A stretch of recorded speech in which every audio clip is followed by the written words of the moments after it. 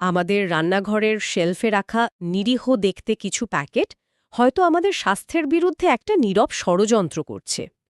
Chicken nuggets, instant noodles, pizza, burger এইসব চটজলদি খাবার মানে আমাদের জীবন এতটাই সহজ করে দিয়েছে যে আমরা হয়তো এর পেছনের বিপদটা দেখেও দেখছি না। আমাদের আজকের এই আলোচনার জন্য যে সূত্রগুলো হাতে এসেছে সেগুলো একটা বেশ ভয়ঙ্কর ছবির দিকে ইঙ্গিত করছে। আর এই ছবিটা হলো কোলন ক্যান্সারের, যার ঝুঁকি নাকি এই খাবারগুলোর সাথেই বেড়ে চলেছে। ষড়যন্ত্র শব্দটা হয়তো একটু নাটকীয় শোনাচ্ছে, কিন্তু একেবারে ভুলও নয়। কারণ এই খাবারগুলো এমনভাবে ডিজাইন করা হয়েছে যাতে আমাদের বারবার খেতে ইচ্ছে করে। কিন্তু এর আড়ালে যে রাসায়নিক প্রক্রিয়া চলে সেটা শরীরের জন্য মোটেও সুখকর নয়। আজকের আলোচনায় আমরা এই ষড়যন্ত্রের এর পর্দাফাঁস করার চেষ্টা করব। বোঝার চেষ্টা করব ঠিক কোন খাবার, কেন এবং কিভাবে আমাদের শরীরের ভেতরে এই বিপদ ডেকে আনছে। আর অবশ্যই এই চক্র থেকে বেরোনোর পথটাও খুঁজে দেখব। তাহলে চলুন এই তদন্তটা শুরু করা যাক। আচ্ছা, প্রথমেই যে শব্দটা বারবার সামনে আসছে সেটা হলো আল্ট্রা প্রসেসড ফুড। শুনতে বেশ ভারী কি লাগছে, কিন্তু এর তালিকায় থাকা নামগুলো তো আমাদের খুব পরিচিত। সসেজ, সালামি, ফ্রেঞ্চ ফ্রাই, প্যাকেটজাত মাংস। আপাতদৃষ্টিতে তো এগুলো সাধারণ খাবারই। আল্ট্রা প্রসেসড বলার কারণটা কি? কারণটা হলো এই খাবারগুলো তাদের প্রাকৃতিক অবস্থা থেকে এতটাই দূরে চলে গেছে যে এদের আর আসল খাবার বলা কঠিন। ধরুন, একটা আপেল হলো প্রাকৃতিক খাবার, হুম। আপেলের জুস হলো প্রসেসড, কিন্তু আপেল ফ্লেভারের একটা মিষ্টি পানীয় যাতে আপেলের কিছুই নেই, শুধু রং আর কেমিক্যাল আছে, ও আচ্ছা। সেটাই হলো আল্ট্রা প্রসেসড।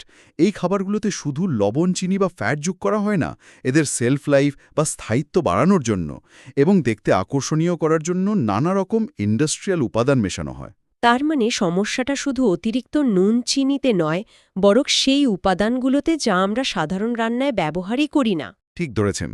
আমাদের হাতে থাকা একটা গবেষণাপত্রে পরিষ্কার বলা হয়েছে এই খাবারগুলোতে থাকা কৃত্রিম রং, ফ্লেভার আর প্রিজারভেটিভ, যেমন ধরুন নাইট্রেট আর নাইট্রাইট, এগুলো শরীরের ভেতরে গিয়ে এক ধরনের প্রদাহ বা ইনফ্লামেশন তৈরি করে।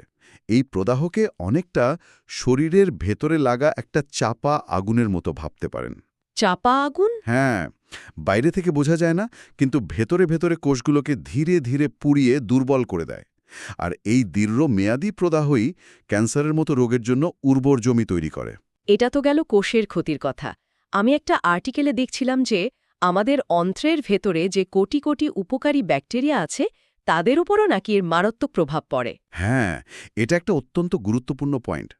আমাদের গাট মাইক্রোবায়োম বা অন্ত্রের ব্যাকটেরিয়া জগৎকে একটা বিশাল সেনাবাহিনীর সাথে তুলনা করা যেতে পারে, যারা আমাদের শরীরকে রক্ষা করে। হুম হুম। এই আল্ট্রা প্রসেসড খাবারগুলো সেই সেনাবাহিনীতে বিভেদ তৈরি করে, উপকারী ব্যাকটেরিয়াদের মেরে ফেলে এবং ক্ষতিকারক ব্যাকটেরিয়াদের সংখ্যা বাড়াতে সাহায্য করে। ফলে আমাদের হজম শক্তি দুর্বল হয়ে যায়, রোগ প্রতিরোধ ক্ষমতা কমে আসে এবং সার্বিকভাবে শরীর একটা বিশৃঙ্খল অবস্থার মধ্যে পড়ে যায়। তাহলে তো ব্যাপারটা বেশ গভীর। চলুন এবার নির্দিষ্ট কিছু খাবারের দিকে নজর দেয়া যাক। তালিকাটা দেখলে বোঝা যাবে বিপদটা ঠিক কোথায় কোথায় লুকিয়ে আছে। প্রথমেই প্রক্রিয়াজাত মাংস মানে সসেজ বা স্যালামির কথায় আসি। এগুলো তো সকালের নাস্তায় বা স্যান্ডউইচে খুব জনপ্রিয়। আর বিপদের শুরুটাও এখান থেকে। এই মাংসগুলোকে দীর্ঘদিন ভালো রাখার জন্য নাইট্রেট আর নাইট্রাইটের মতো রাসায়নিক ব্যবহার করা হয়।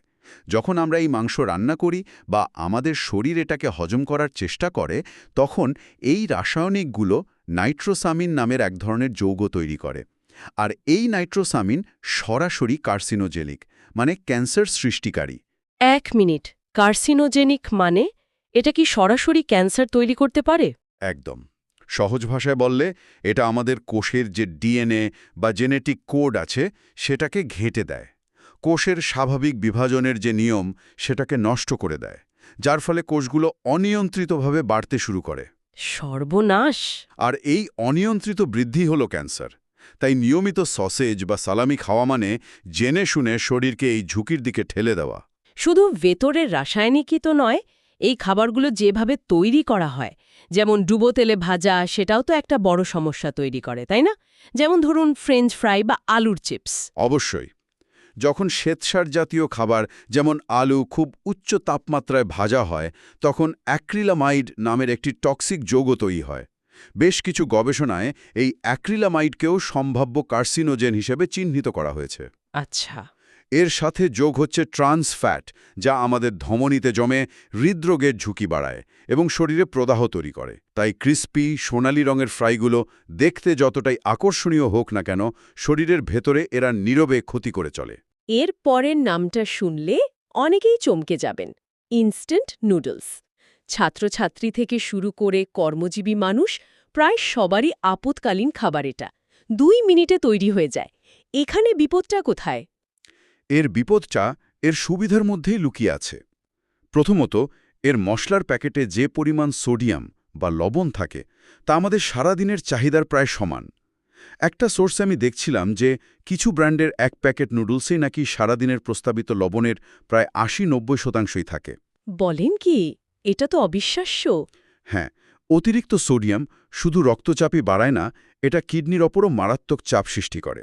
আর এর সাথে তো অন্যান্য রাসায়নিকও থাকে, তাই না? হ্যাঁ, নুডলসগুলোকে দীর্ঘদিন প্যাকেটে ভালো রাখার জন্য এবং এর স্বাদ ও টেক্সচার ঠিক রাখার জন্য বিভিন্ন ধরনের স্টেবিলাইজার, ফ্লেভার এনহ্যান্সার এবং প্রিজারভেটিভ ব্যবহার করা হয়।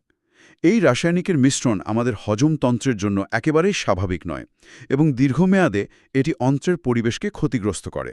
আচ্ছা, এবার এমন একটা ক্যাটেগরিতে আসি যা নিয়ে হয়তো অনেকেই ভাবেন না, মিষ্টি আর আইসক্রিম। এগুলো সরাসরি কোলন ক্যান্সারের সাথে কিভাবে যুক্ত? আমি তো ভাবতাম এগুলোর মূল সমস্যা ওজন বাড়ানো। আপনার ভাবনাটা একদম ঠিক, আর সংযোগটাও ঠিক ওখানে।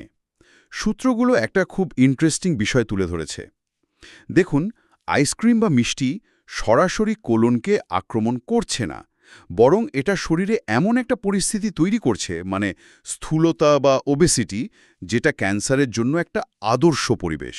ও, এটা তো অনেকটা শত্রুকে সরাসরি না মেরে তার জন্য দুর্গের দরজা খুলে দেওয়ার মতো। বাহ, দারুণ উপমা। তার মানে সমস্যাটা শুধু চিনি নয়, বরং এর ফলে তৈরি হওয়ার শারীরিক অবস্থাটা। ঠিক তাই।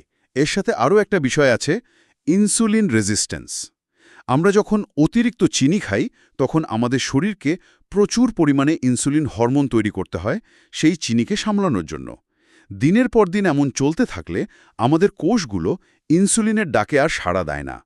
এই অবস্থাকেই বলে ইনসুলিন রেজিস্ট্যান্স। হুম। আর এই পরিস্থিতিও কিন্তু ক্যান্সারের কোষের বৃদ্ধিকে উৎসাহিত করতে পারে। তালিকায় লাল মাংস এবং অ্যালকোহলের কথাও আছে। এর ঝুঁকির মাত্রাটা কেমন? এটা কি প্রক্রিয়াজাত মাংসের মতোই বিপজ্জনক? এখানে পরিমাণের ওপর জোর দেয়া হয়েছে। লাল মাংস যেমন বিফ বা মাটন প্রাকৃতিকভাবেই কিছু যৌগ বহন করে, যা হজমের সময় কোলনের কোষের ক্ষতি করতে পারে। তাই সূত্রগুলো বলছে অতিরিক্ত পরিমাণে খেলে ঝুঁকি বাড়ে। পরিমিত পরিমাণে খেলে হয়তো শরীর সেটা সামলে নিতে পারে। আচ্ছা, মানে পরিমাণটা জরুরি। ঠিক একইভাবে অতিরিক্ত অ্যালকোহল আমাদের লিভারকে ব্যস্ত রাখে, যার ফলে শরীর থেকে অন্যান্য টক্সিন বের করার প্রক্রিয়াটা ধীর হয়ে যায়।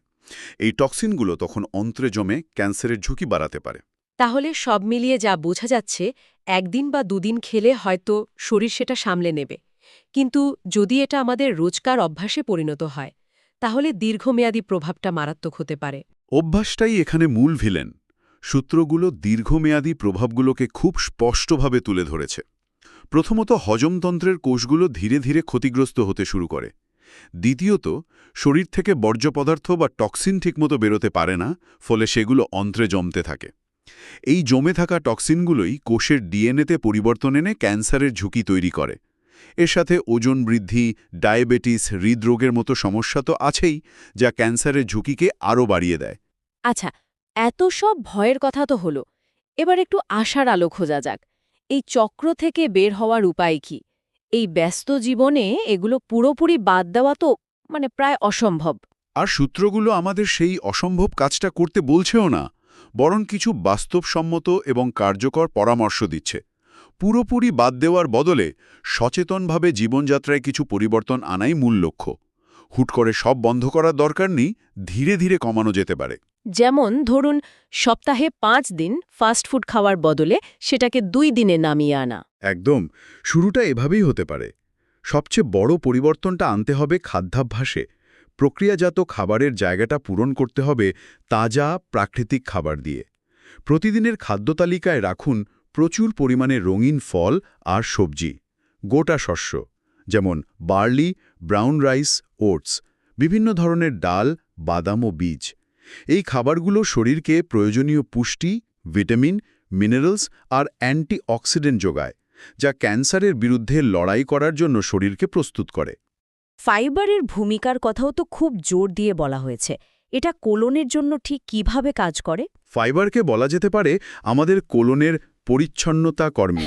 পরিচ্ছন্নতা কর্মী? হ্যাঁ, এটা নিজে হজম হয় না, কিন্তু হজম প্রক্রিয়ায় সাহায্য করে এবং মলের পরিমাণ বাড়িয়ে শরীর থেকে বর্জ্য পদার্থ দ্রুত বের করে দেয়। ফলে ক্ষতিকর টক্সিনগুলো অন্ত্রের সংস্পর্শে বেশিক্ষণ থাকতে পারে না। ওটস, ছোলা, মুসুর ডাল, মটরশুঁটি, আপেল, গাজর এগুলো ফাইবারের খুব ভালো উৎস। আর জল পান করা বা ব্যায়ামের মতো সাধারণ অভ্যাসগুলো, এগুলো কি সত্যিই এতটা প্রভাব ফেলে? সাধারণ মনে হলেও এর প্রভাব অসাধারণ। পর্যাপ্ত জল পান করলে শরীর থেকে টক্সিনগুলো সহজে বেরিয়ে যেতে পারে, আর দিনে অন্তত 30 মিনিট হাঁটা বা যে কোনো ধরনের শারীরিক কার্যকলাপ আমাদের মেটাবলিজমকে সচল রাখে, ওজন নিয়ন্ত্রণে সাহায্য করে এবং শরীরের প্রদাহ কমাতে সাহায্য করে। এই সবগুলোই ক্যান্সারের ঝুঁকি কমানোর জন্য জরুরি। এর সাথে বদভ্যাস যেমন ধূমপান বা মদ্যপান, এগুলো ত্যাগ করার কথাও এসেছে। অবশ্যই, ধূমপান আর অতিরিক্ত মদ্যপান শরীরের রোগ প্রতিরোধ ক্ষমতাকে প্রায় ধ্বংস করে দেয়। ফলে শরীরের পক্ষে ক্যান্সার কোষের বিরুদ্ধে লড়াই করা কঠিন হয়ে পড়ে। আর সবশেষে সচেতনতা। যদি পরিবারে কোলন ক্যান্সার ইতিহাস থাকে, তাহলে চিকিৎসকের পরামর্শ অনুযায়ী নিয়মিত স্বাস্থ্য পরীক্ষা বা স্ক্রিনিং করানো অত্যন্ত জরুরি। কারণ প্রাথমিক পর্যায়ে ধরা পড়লে এই রোগের চিকিৎসা অনেক সহজ এবং নিরাময়ের হারও অনেক বেশি। আজকের এই আলোচনা থেকে একটা বিষয় আমার কাছে পরিষ্কার: স্বাদ আর সুবিধার জন্য মাঝে মাঝে এই খাবারগুলো খাওয়াটা হয়তো অপরাধ নয়, কিন্তু এগুলোকে দৈনন্দিন জীবনের অংশ করে তোলাটা নিজের শরীরের সাথেই বিশ্বাসঘাতকতা করার মতো। মূল কথাটা হলো সচেতনতা। আমরা কি খাচ্ছি, কেন খাচ্ছি, সেই বিষয়ে একটু ভাবলেই হয়তো অনেক বড় বিপদ এড়ানো সম্ভব। ঠিক তাই। তবে এই সূত্রগুলো আমাদের ব্যক্তিগত খাদ্যাভ্যাস পরিবর্তনের কথা বলছে, কিন্তু এটা আমার মনে একটা বৃহত্তর প্রশ্নও তৈরি করে যে পৃথিবীতে সবকিছুই গতি আর সুবিধার জন্য ডিজাইন করা হয়েছে। সুপারমার্কেটে তাকগুলো যেখানে প্রসেসড খাবারে ভর্তি, সেখানে আমাদের খাদ্য পরিবেশের উপর আমাদের ব্যক্তিগত নিয়ন্ত্রণ আসলে কতটা? শুধুমাত্র ব্যক্তিগত ইচ্ছাশক্তির উপর ভরসা না করে একটা স্বাস্থ্যকর খাদ্য ব্যবস্থা গড়ে তুলতে পরিবার, সমাজ বা রাষ্ট্রের ভূমিকা কী হতে পারে? এই প্রশ্নটা আমাদের সবার ভাবার জন্য রইল।